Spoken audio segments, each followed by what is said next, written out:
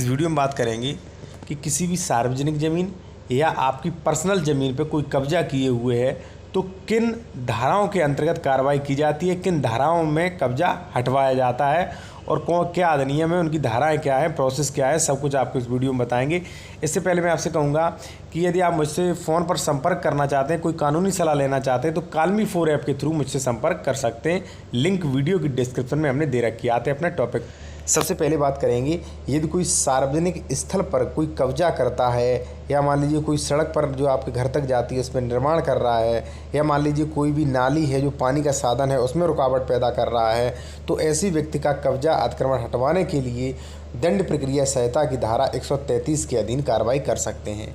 देखिए इसमें किस किस के अधीन कार्रवाई कर सकते हैं। जैसे मान लीजिए कोई व्यक्ति है, आपके घर तक रोड जा रही है और वो व्यक्ति जो है उस पर अतिक्रमण कर रहा है या निर्माण कर रहा है, तो आप उसके 133 के अधीन कार्रवाई करेंगे। उस पर जुर्माना भी होगा और उसका अवैध अतिक्रमण है वो तोड़ा जाएगा। ठीक है, मान लीजिए कोई रोड है या मान लीजिए कोई सार्वजनिक नाली है, उसमें रुकावट पैदा कर रहा है, उसमें अवैध कब्जा कर रहा है, कोई नाला है या कोई अन्य सार्वजनिक स्थल है, तो वहाँ पे धारा 133 के अधीन आप जो है कार्रवाई कर सकते हैं। उसकी जो भी निर्माण है वो भी तोड़ा जाएगा और जुर्माना भी लिया जाएगा और उस पर केस चलता है। अब बात करेंगे, यदि मान लीजिए आपकी खेती पर कोई कब्जा किए हुए है तो आप कैसे हटवा सकते हैं। देखिए सबसे पहले आपको महत्वपूर्ण बात बता दूं, यदि मान लीजिए आपकी कोई प्राइवेट ज़मीन पर कब्जा कर रहा है या मान लीजिए सरकारी ज़मीन पर कब्जा कर रहा है तो कोशिश करें कि आप प्रशासनिक तरीके से हटवाएं। आप एप्लीकेशन लिखें, जो भी थाना अध्यक्ष है उन्हें या मान लीजिए एसडीएम को एप्लीकेशन प्रोवाइड करवाएं और उस पर ही आदेश करवा के कब्जा हटवाने की कोशिश करें। धाराओं के चक्कर में, जो कोर्ट कचहरी के चक्कर में आप पढ़ने की कोशिश ना करें। यदि मान लीजिए कोई हटा ही नहीं रहा है प्रशासनिक तौर पर तो इन धाराओं का उपयोग करें। अब बात करेंगे जैसे मान लीजिए खेती की ज़मीन पर कब्जा कैसे हटवाएं और किन धाराओं में आपको कौन कौन सी धाराओं में कार्रवाई करनी चाहिए।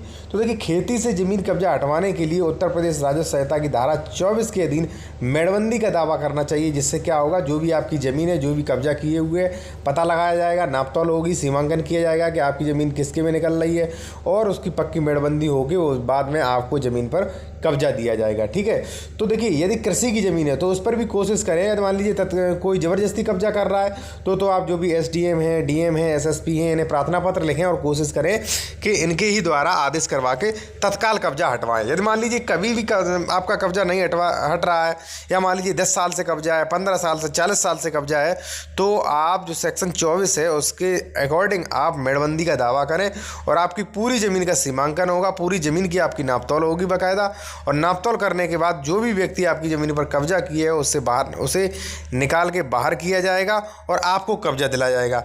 आपको वहाँ पे डरने की कोई आवश्यकता नहीं, क्योंकि जो भी ये होता है प्रशासनिक तौर पे होता है। और मान लीजिए कोई व्यक्ति बल प्रयोग करता है तो वहाँ एसडीएम जो है वो पुलिस का भी सहारा ले सकते हैं। तो दोस्तों अगर मान लीजिए सरकारी ज़मीन में कोई कब्जा कर रहा है तो 133 के अधीन आप कार्रवाई करें, दंड प्रक्रिया की संहिता 133।